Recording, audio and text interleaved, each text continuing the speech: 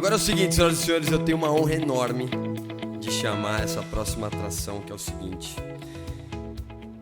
Vamos iniciar a programação do evento, chamando ele que é empresário.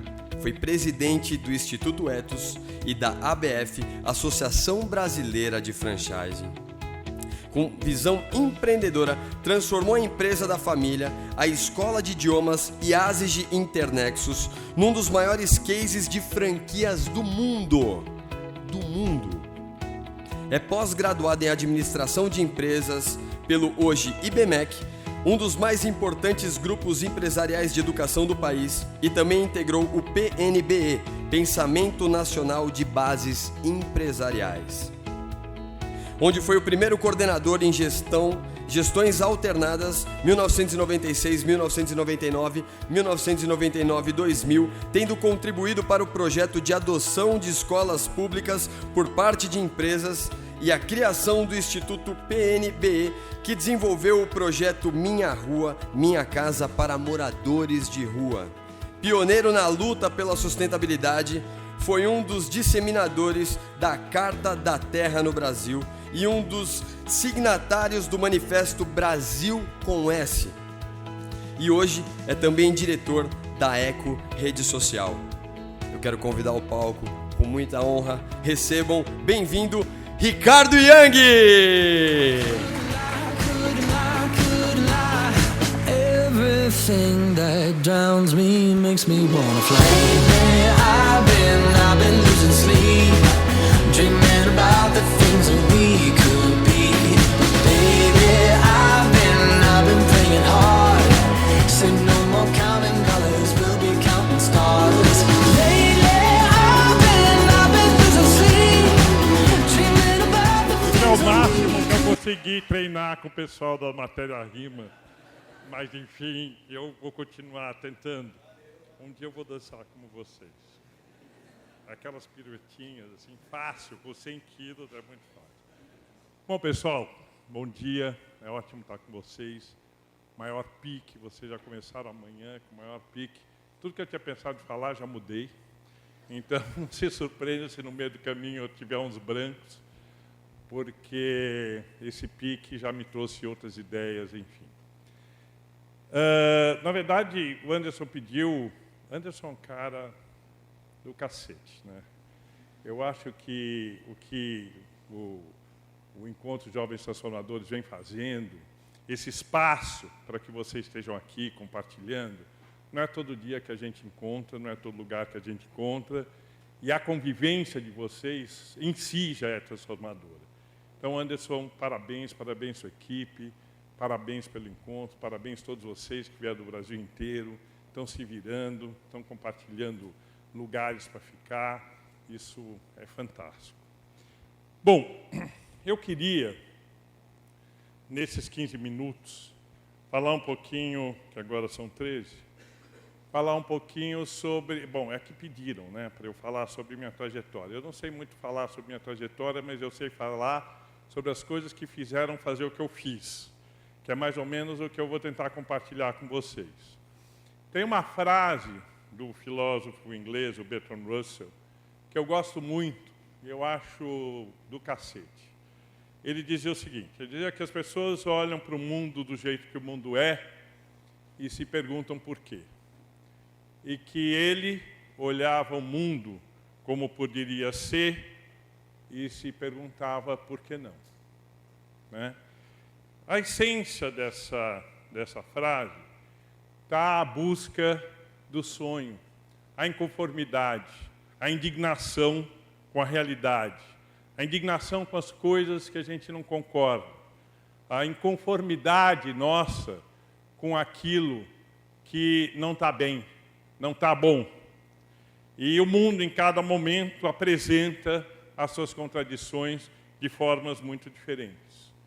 E é justamente essa inquietação interna, esse desejo por um mundo melhor, esse desejo por construir uma sociedade mais justa, mais igualitária, mais sustentável, de melhor bem-estar, é o que move a gente.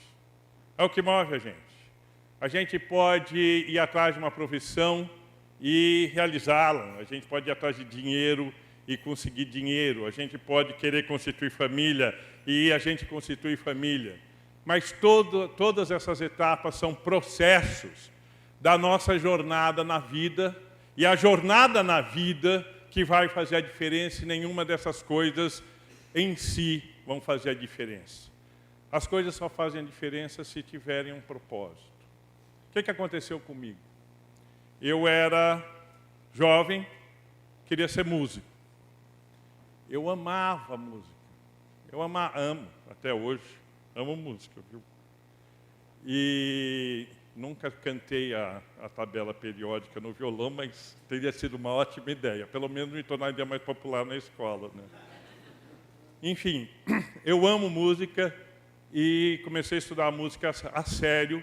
Um detalhe que vocês vão morrer de inveja, e podem morrer de inveja mesmo, porque até hoje, quando eu penso, eu não acredito. Meu primeiro professor de violão foi o Tom Zé. Vocês acreditam nisso? Foi o Tom Zé, quando ele não era nem famoso. Aquela música Baby, sabe, Baby? Você precisa aprender. Agora é sua vez, vai. Chamar todo mundo para cantar quando aqui está aqui em cima é fácil, agora é sua vez. Bom, essa música Baby, o Tom Zé com a maior cara, assim, de quem não quer nada, um dia me dando aula, eu tinha 12 anos de idade, 13. Ele começou a cantar, o que você acha dessa música? Margarina com piscina, né? Uma coisa que para um moleque de 12 anos fazia o mínimo sentido, mas ele falava comigo como se estivesse falando com um brother, né, sobre a música que ele estava fazendo. Bom, enfim, eu queria ser músico. E quando eu tinha mais ou menos 17 anos, depois de ter ralado vários anos, estudando 5, 6 horas de violão clássico por dia, eu cheguei à conclusão de que eu não seria um bom músico. Eu fui num festival de música e comecei a ver milhares de caras, dezenas de caras tocando violão muito melhor do que eu, fazendo um som muito melhor do que eu, e de repente eu tive minha primeira desilusão. Quando você acha que o teu propósito na vida é ser melhor do que todos os outros, você rapidamente vai ser um outro que não está inserido nesse todo. Nesse festival de música, que eu fui, um festival internacional de música, eu vi caras tocando violão de uma forma incrível. Eles tocavam peças que eu ralava para tirar a primeira estrofe da peça. Os caras tocavam maravilhosamente, faziam coisas incríveis. Você ia falar com os caras mal balbuciavam, não conseguiam te responder por que estavam lá, por que gostavam de música. O virtuosismo era mais importante do que a música em si. E os fins começaram a ser trocados pelos meios. O fim, que era a realização da música, começou a ser trocada pela loucura, pelo esforço de ser perfeito naquilo que eles nem sabiam por quê. Caí fora da música e aí eu fui para a vida empresarial. Eu não vou fazer aqui a história da minha vida, mas o que eu queria dizer para vocês é que, quando eu fui para a vida empresarial, eu nunca me conformei que as empresas pudessem ser essa coisa que o Mohamed Yunus fala, que é absolutamente genial. O Mohamed Yunus, quando ele começou com o conceito de empresa social, ele dizia, não demonizem as empresas. Não demonizem as empresas. As empresas talvez sejam a forma de organização humana mais criativa e genial que a civilização já inventou. O problema é como as empresas são orientadas. O problema é o que se faz com uma empresa, né? E a transformação da empresa numa empresa social, você usa o melhor do gênio humano para a transformação da sociedade. E quando eu era moleque, né, eu achava que não tinha sentido a gente entrar numa empresa, apenas mover aquele montão de coisas, milhares de pessoas, recursos, etc., etc., etc., para o lucro dos seus acionistas. Para mim, isso era absolutamente insuficiente.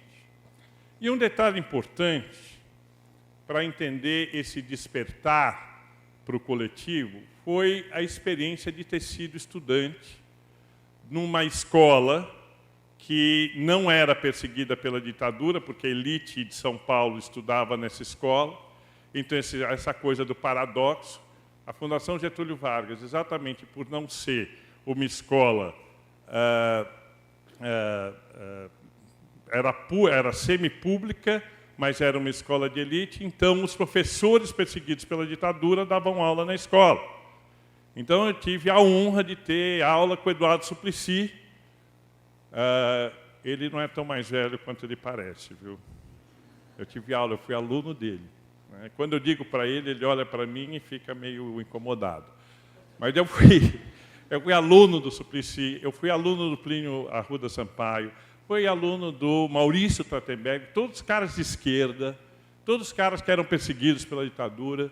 E naquela época, os anos de chumbo da ditadura, né, o início da década de 70, eu percebi o risco, o enorme risco, que é você sucumbir a uma ditadura e a perda da vitalidade da sociedade.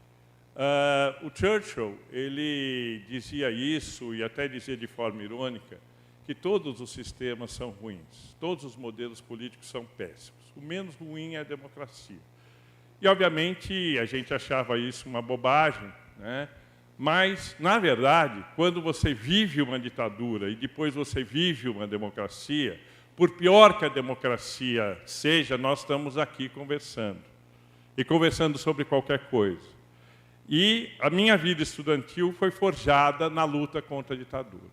Então, quando eu tinha 17, 18, 19 anos, as grandes coisas que me moviam eram, primeiro, a luta pela democracia, a luta pela liberdade, a luta por um país melhor, a luta contra o autoritarismo, a luta contra o abuso, contra a violência, contra o desaparecimento de pessoas da noite para o dia, contra a tortura, contra a desumanização, contra a destruição do sistema público de representação. Tudo, Congresso, tudo virou fantoche. Então, esse era um eixo da minha vida. O outro eixo da minha vida era entender o sentido que minha carreira ia ter, uma vez que eu não me conformava com a ideia de assumir uma responsabilidade numa empresa familiar e repetir o mais do mesmo, né? Garantir recursos para a família e não fazer alguma coisa para a sociedade. Então, essas duas coisas que estavam muito presentes na minha juventude, começaram a mudar toda a minha atuação na vida. Muito cedo também, eu entrei em contato com o movimento ambientalista. Quem for participar do grupo agora de sustentabilidade, eu vou contar um pouco essa história, então não vou falar aqui. Só cabem 30 pessoas, né? Anderson, quantas pessoas cabem na sala? Até 30. Então corram, hein? Porque essa história eu vou contar lá. Tá? Então, o movimento ambientalista, na década de 70, começou a dar os seus primeiros passos, mas eu só fui entender a importância política disso muito tempo depois. Toda a minha vida, fosse como empresário, fosse depois, quando eu saí da vida empresarial e fui para o terceiro setor, onde nós fundamos o PNBE, fundamos o Instituto Ethos, fundamos uma série de entidades, Transparência Brasil, Instituto Nossa São Paulo, o Instituto Acatu, o IDS, a RAPS. Quem é líder RAPS aqui, levanta a mão. Tem um ali. Quem é jovem RAPS, levanta a mão. Eita, nós! Tá bom isso. Então, todas essas instituições nasceram do movimento que foi feito a partir do PNBE, do Ethos e assim por diante. Finalmente, mais recentemente, em 2005, eu entrei para a política. E é interessante essa experiência. Né? É interessante a experiência de ter sido um estudante militante contra a ditadura, um empresário comprometido com a responsabilidade social, um líder da sociedade civil organizada, procurando organizar movimentos e causas e, finalmente, depois de demonizar a política, entrar na política e ver a realidade da política de dentro para fora. Entender que a demonização da política, assim como a demonização das empresas, assim como a demonização das entidades, das ONGs da sociedade civil por alguns, na verdade, escondem a questão principal que a gente deve enfrentar hoje. Por que vocês são jovens transformadores? Por que vocês são jovens transformadores? Eu vou escolher, hein? Se não tiver voluntário, eu vou escolher. 3, 2, 1. Quem falou? Querer fazer a diferença. 3, 2, 1. Você que está com a mão no queixo pensativa. Por que você é jovem transformadora? Não se conforma. Fazer a diferença. Ok? Ok? Ok? 3, 2, 1. Você que também está com a mão no queixo pensando. Por que você é um jovem transformador?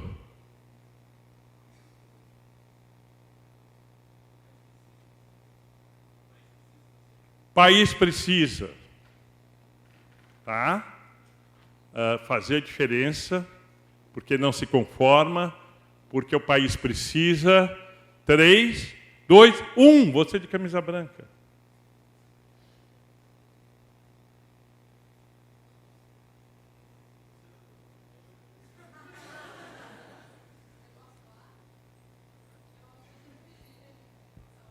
Fala alto, fala alto. Para transformar, precisa levantar e falar alto. Já estão cortando o nosso tempo aqui.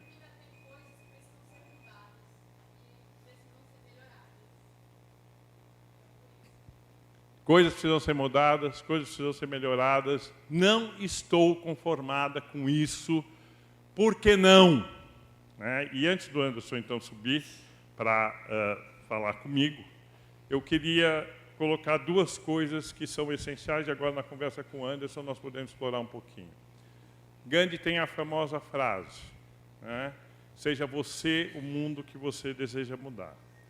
Um dos problemas do nosso tempo é que as frases são repetidas à exaustão e perdem o sentido, mas reflitam sobre ela. Seja você o mundo que você deseja mudar.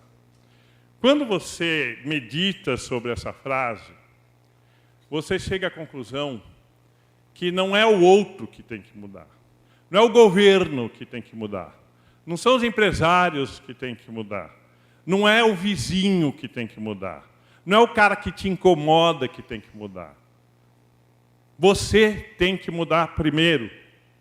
E você tem que mudar continuamente. Se você é jovem transformador, você tem que ser a mudança num contínuo. Porque a sua mudança vai inspirar a mudança de todos que te cercam. O outro só muda quando vê que você já mudou. O RAPS da tabela periódica, da matemática, quando vocês mudaram a forma de estudar, vocês inspiraram uma escola inteira, uma cidade inteira. Quando você muda, quando você de fato muda, você muda centenas de pessoas. Então, essa frase do Gandhi, seja você o mundo que você quer mudar, talvez seja a frase que cada um de vocês, jovens transformadores, deveriam pensar toda manhã. E a segunda coisa que eu trago para a reflexão de vocês, antes do Anderson começar com as perguntas, é o seguinte: nós vivemos um mundo dividido pela visão maniqueísta das coisas.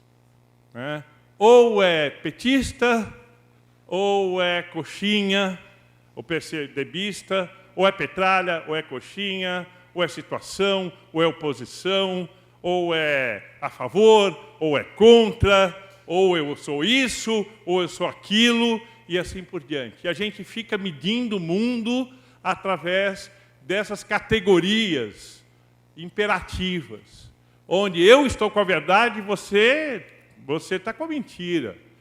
Né? Nós vivemos isso.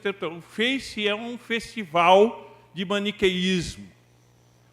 E num mundo sustentável, as principais qualidades são as de colaboração, de cooperação, de amorosidade. E aí tem a frase que a Marina repete sucessivamente, que é a frase: a verdade não está comigo, não está com você.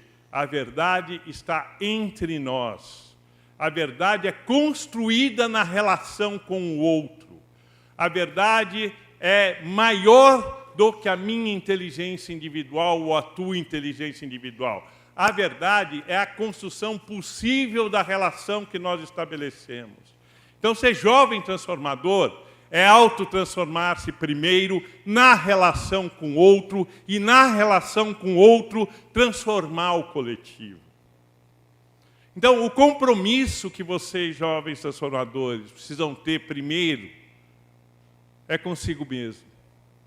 E depois, acreditar que ninguém muda, ninguém faz a diferença, ninguém consegue superar o seu inconformismo, ninguém consegue contribuir para o país se não estiver na relação com o outro, não na negação do outro, na relação com o outro. A diversidade é muito mais inteligente do que o pensamento único, que é burro. A construção coletiva permite a inteligência coletiva. E nós vivemos num mundo sectário. Nós vivemos um mundo que está entrando em colapso. Já entrou em colapso em diversos aspectos. Só vai mudar se nós tivermos coragem de mudarmos a nós mesmos. O mundo só será sustentável se formos, antes de tudo, sustentáveis nós mesmos. Eu acho que essa é a grande qualidade de qualquer um que pretende transformar. É autotransformar-se e crescer na relação com o outro. E permitir-se transformar na relação com o outro. Eu acho que, na minha vida, foi esse o exercício que eu tenho tentado fazer. Estou muito longe de conseguir, importante dizer isso. Vocês não imaginam os meus maus humores no plenário da Câmara de São Paulo. Vocês não imaginam, depois eu posso contar no café. Né? Mas esse é o exercício. E ao fazer isso, vocês podem ter certeza, não tem fórmula de transformação. São vocês os agentes da transformação, da disseminação, da polinização do novo. E hoje vocês têm isso aqui, vocês têm a possibilidade do acesso com o mundo inteiro, coisas que a minha geração nem sonhava que um dia isso existiria. Então, é um pouco por aí. Anderson, cadê o Anderson? Você vai fazer pergunta? Vai vir. Você vai? Senhoras e senhores, Ricardo Young.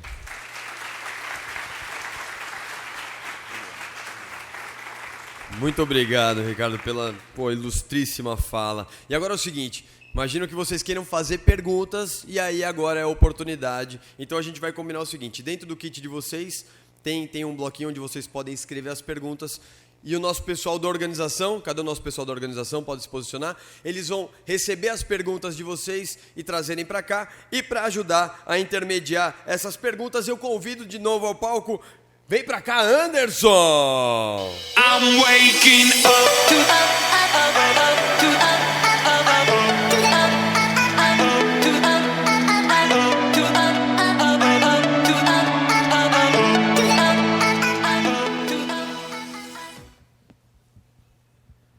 Ricardo, que inspiração, hein?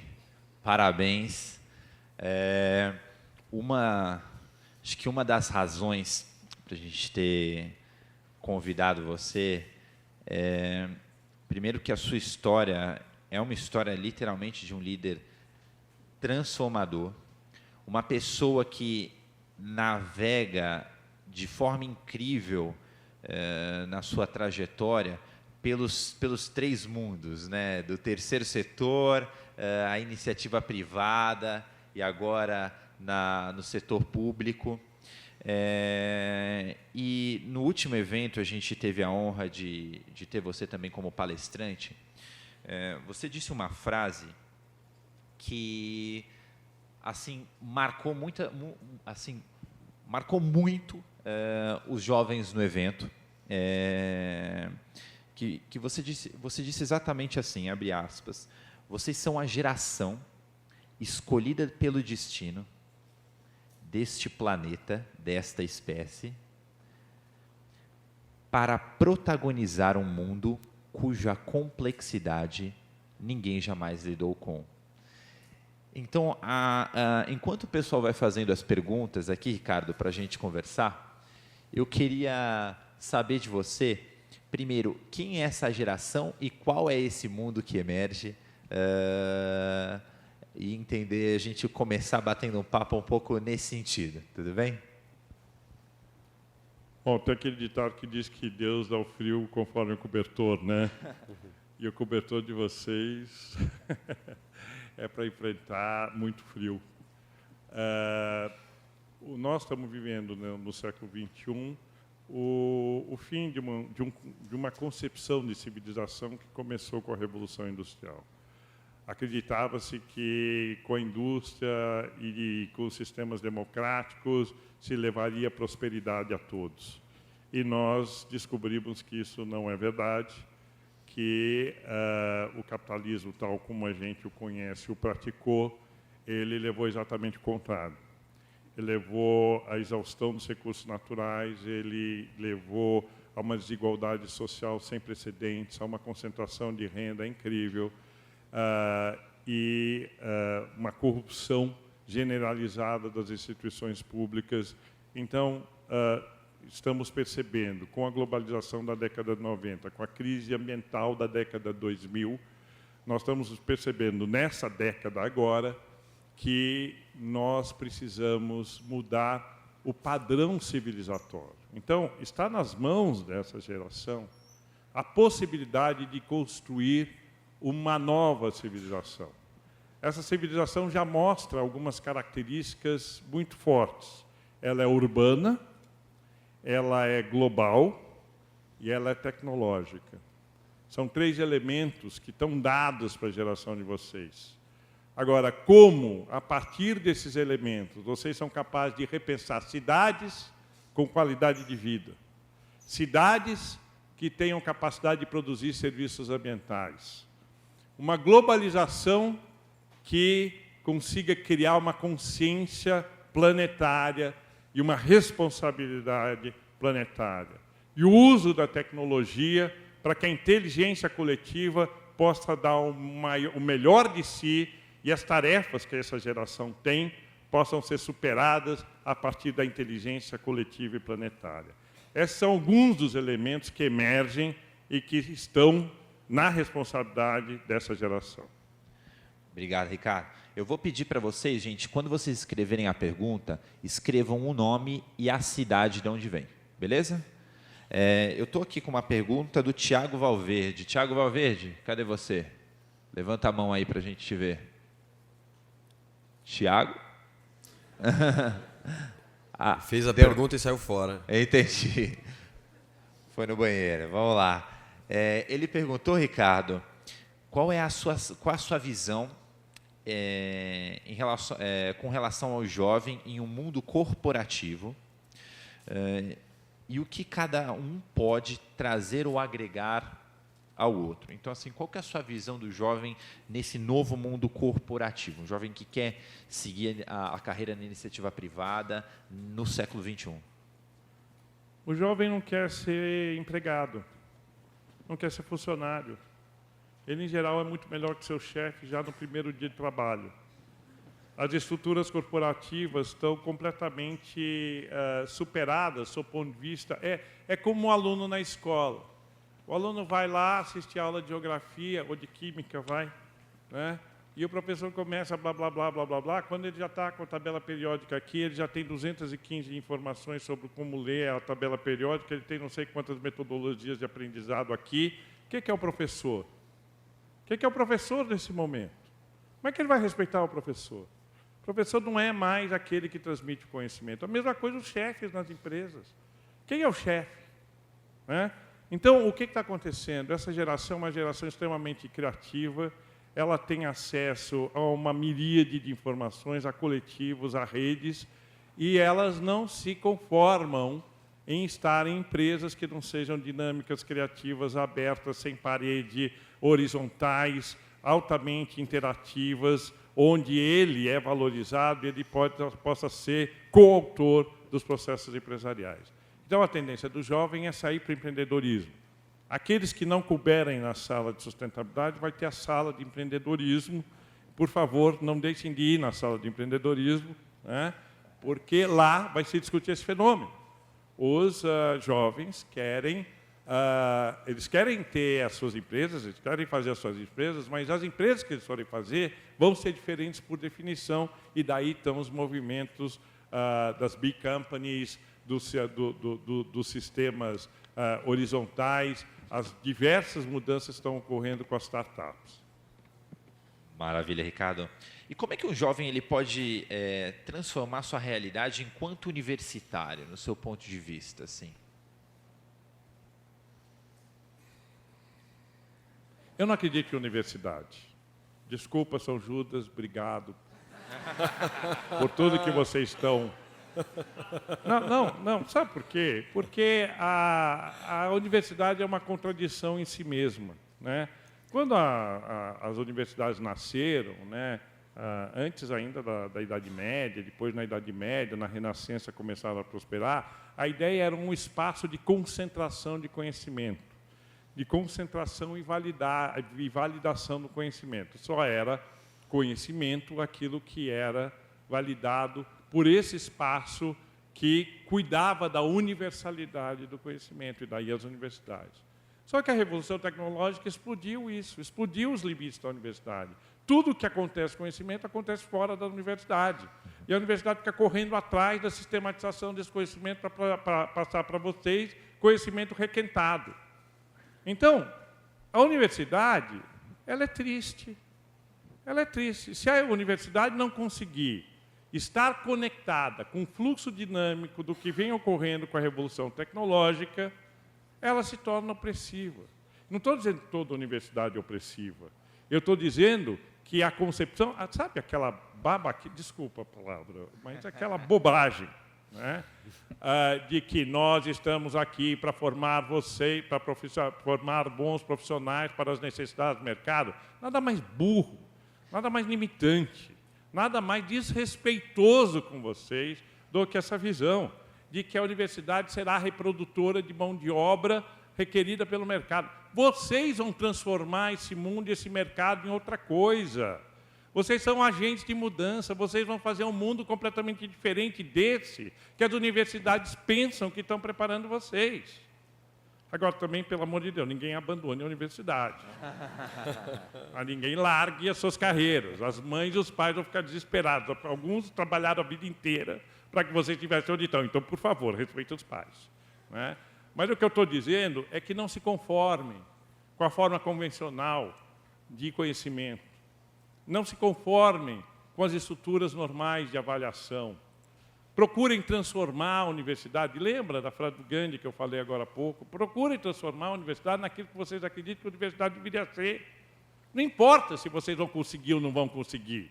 Mas no processo de tentar, vocês vão se conectar com outras pessoas que também estão tentando e certamente deixarão sua marca no seu tempo naquela universidade. Ela não será mais como era depois que vocês passaram por ela.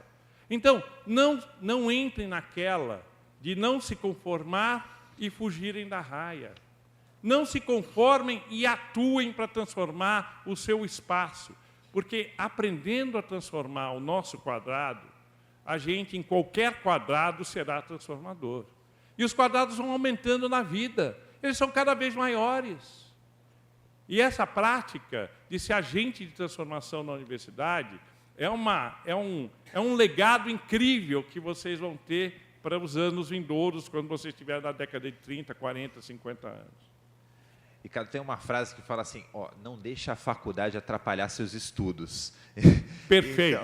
Então... Não deixem mesmo. Mesmo que para isso tenham que tomar uma cerveja no bar de vez em quando e matar umas aulas. Seguindo com isso, eu queria entender assim, você não acha que essa transformação ela não está além da barreira das próprias universidades? Assim, essa transformação não está limitada ao conhecimento, né? Assim, a forma como as pessoas se comunicam mudou, a forma como as pessoas se relacionam mudou, a forma como as pessoas pedem táxi mudou, a forma como as pessoas estudam mudou. Assim, o que você acha desse mundo em construção? Ele vai ter um momento que vai se estabilizar, vai se criar as raízes dessa sociedade, digamos, do século XXI? Ou vai ser uma eterna e um contínuo evolução sem precedentes? Porque se a gente olhar para o passado, a gente evoluiu nos últimos 70 anos, algo que como nunca antes na humanidade. Tem dados que falam que o homem demorou 110 mil gerações para sair da utilização das pedras lascadas para o controle do fogo. Em apenas 2 gerações ele saiu da invenção da luz elétrica para a internet. E que então, o desenvolvimento da sociedade cresce em velocidade exponencial. Qual que é a sua visão em relação a isso? A gente vai chegar a um limite, a um topo, ou de uma sociedade estável, ou isso não tem fim? Gente, nós estamos na infância do que a espécie humana será e é capaz de fazer. Independentemente das visões religiosas que existem nessa sala, e devem ser muitas, o mistério está aí. Por que essa espécie, nesse planeta, nesse lugar, nesse momento, com essa capacidade? É para a gente ficar se matando? É para a gente ficar comendo até virar obeso e não poder sair do lugar? É para a gente ficar se intoxicando de todo tipo de alimento nocivo e tóxico? É para a gente ficar acumulando bens materiais para depois morrer e ir embora num caixãozinho pequenininho? Claro que não, claro que não. Quer dizer, o destino dessa espécie é muito mais nobre. E eu acho que a gente caminha de forma muito acelerada para um salto incrível de consciência. A humanidade vai ter, no século XXI, um salto incrível de consciência colocado pelos limites da sua sobrevivência enquanto espécie. A Segunda Guerra Mundial, com todos os horrores da Segunda Guerra Mundial, ela produziu um documento que transformou os próximos 50 anos, 70 anos, e nosso tempo está acabando, mas deixa eu falar sobre isso. Desculpa. Então, a humanidade quase se mata na Segunda Guerra Mundial. Foram milhões e milhões e milhões e milhões de pessoas mortas e famílias divididas e países divididos, etc. Bom, isso resultou num documento lindo, que é a Declaração Universal dos Direitos Humanos, que, graças à Declaração Universal dos Direitos Humanos, nós passamos a considerar o outro um semelhante, com as mesmas condições de direitos do que nós, e a expansão da democracia enquanto sistema se tornou possível. Agora, o que nós chegamos à conclusão? Nós chegamos à conclusão que nós, ao nos colocarmos como o centro de todos os direitos, nós estamos condenando todas as outras espécies à morte, inclusive a nossa própria. Nós estamos extinguindo espécies inteiras, estamos acabando com os nossos mares, estamos acabando com a nossa biodiversidade, estamos acabando com o nosso meio ambiente e estamos acabando junto com isso. O que vai acontecer agora, nesse século, é a emergência do conceito da vida como um valor maior. E daí o porquê da Carta da Terra. A Carta da Terra, ela muda essa lógica antropocêntrica do ser humano como o centro de todos os direitos e coloca a vida como o milagre, o verdadeiro milagre desse planeta, e o ser humano como guardião da vida no planeta. partir do momento que o ser humano tomar consciência que ele faz parte de um milagre maior, que é o da vida, ele passará a operar a partir de um outro repertório ético.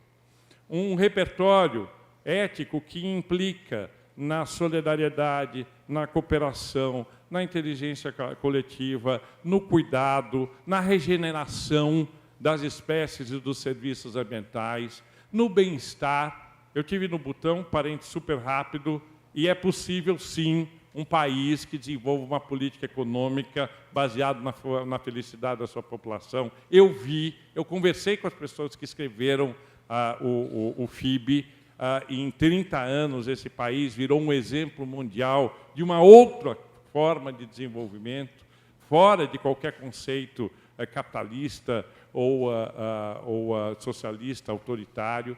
Enfim, depois a gente pode voltar a essa discussão em outro momento. Mas o que eu estou querendo dizer, respondendo a sua questão, Anderson, é que vocês, que hoje se colocam como jovens transformadores, são construtores de uma sociedade que terá que colocar a vida em primeiro lugar, terá que se reconciliar com a natureza, com todas as suas formas e com todas as possibilidades que a natureza já oferece, não só do ponto de vista da vida, mas das tecnologias que vêm da biomimética, da nanotecnologia e assim por diante, para reorganizar o próprio sentido da civilização nesse planeta. Então, eu sou muito otimista, Anderson.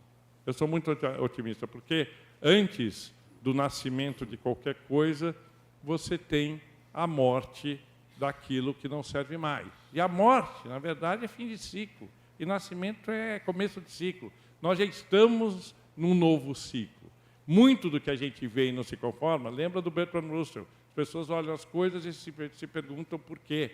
Não é? A gente olha o mundo e diz, nossa, que zona, que confusão, que inferno que está esse mundo. Mas isso são sinais de que a mudança está emergindo, está aí, está surgindo. E eu não sei se você depois vai falar sobre o livro, né? Mas o livro fala muito sobre isso. Não, na verdade, assim, eu vou fazer uma última pergunta, Ricardo, antes de a gente já encerrar, e é realmente sobre o livro. Esse daqui é o meu.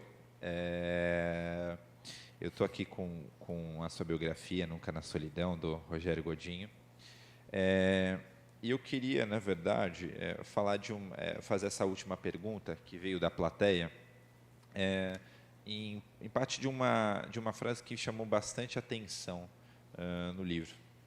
E, na verdade, é um texto seu de introdução, fala que assim, essa biografia não é a história de alguém que buscou viver no limiar das transformações que estão fazendo repensar nossa experiência civilizatória. E uma pergunta que veio da plateia é: você nos questionou por que somos jovens transformadores. Agora eu quero saber o que te motiva a continuar sendo um jovem transformador.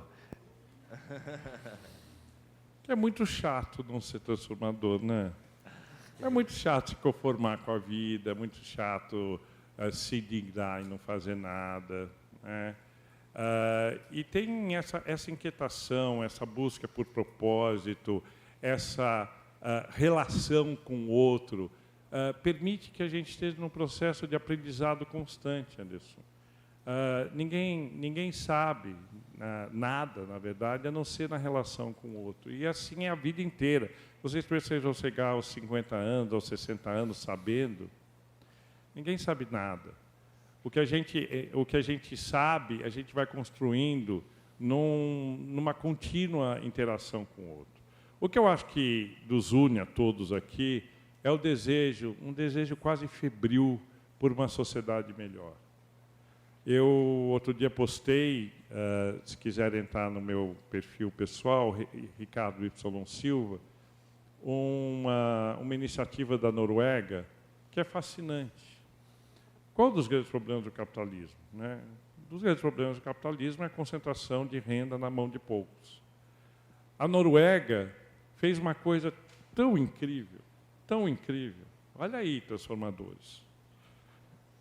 Eles pegaram, vocês sabem que os países escandinavos são os países que têm os maiores impostos do mundo, são países riquíssimos, mas tem impostos de até 70% sobre a renda das pessoas. Aí o que eles fazem?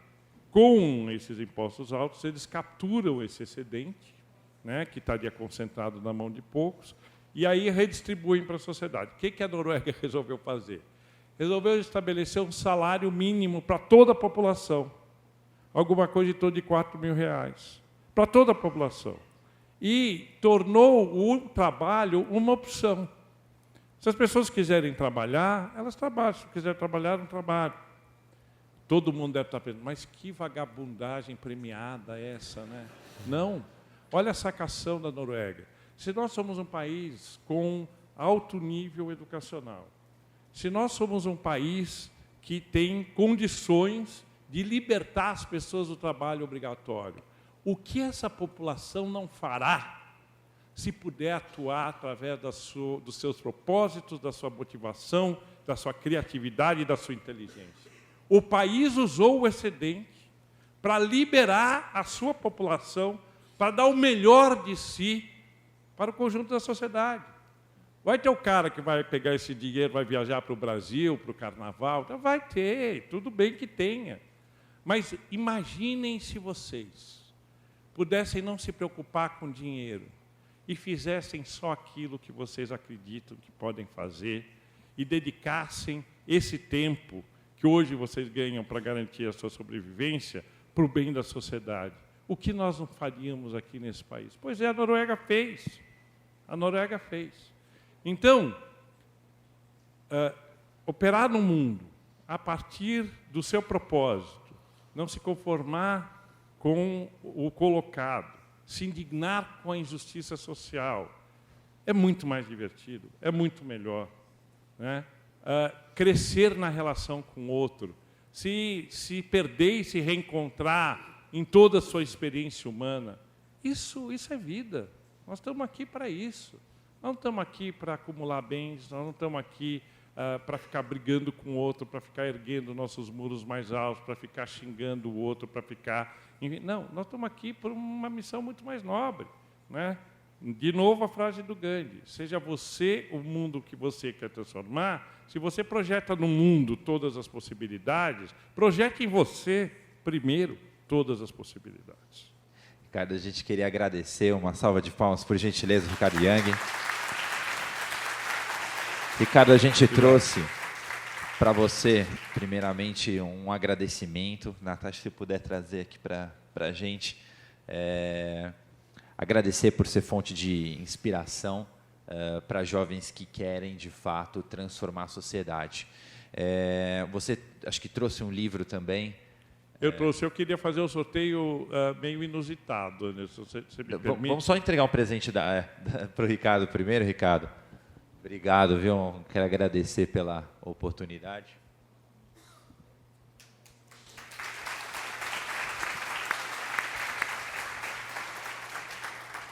O pacote é bonito. É lindo, é lindo. Você vai gostar do presente também. Tá. Então, eu queria Como é que você quer fazer o sorteio? Esse livro, Nunca na Solidão, é a minha biografia política. Na verdade, não é sobre mim, é sobre todas essas experiências que eu tive na construção do campo da sustentabilidade no Brasil, no mundo.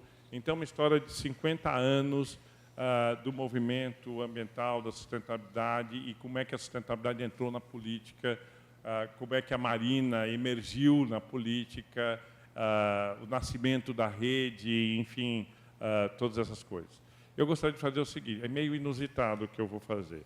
Eu vou perguntar aqui quem é libriano, do signo de Libra. Levantem, todos. Olha aí, hein? Os arianos, leoninos, sagitarianos, fiquem atentos, hein? Ok. Desses librianos, quem tem ascendente em Leão?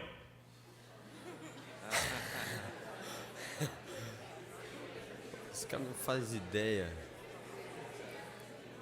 Nossa! Você tem ascendente em Leão? Libra ascendente em Leão? Você também? E vocês sentaram lado a lado? É verdade mesmo? Que hora você nasceu?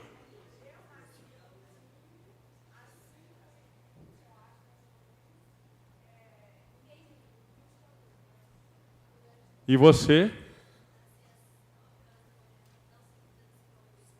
Ah, então uma de vocês duas não é ascendente leão.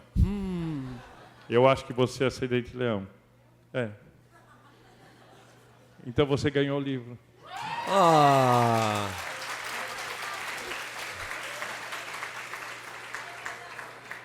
Se não era, passou a ser. É leão o teu ascendente. O meu? Fechou? Eu sou aquário, ascendente em Áries, lua em touro. Senhoras e senhores, Ricardo Young, muito obrigado. Fenomenal, fenomenal.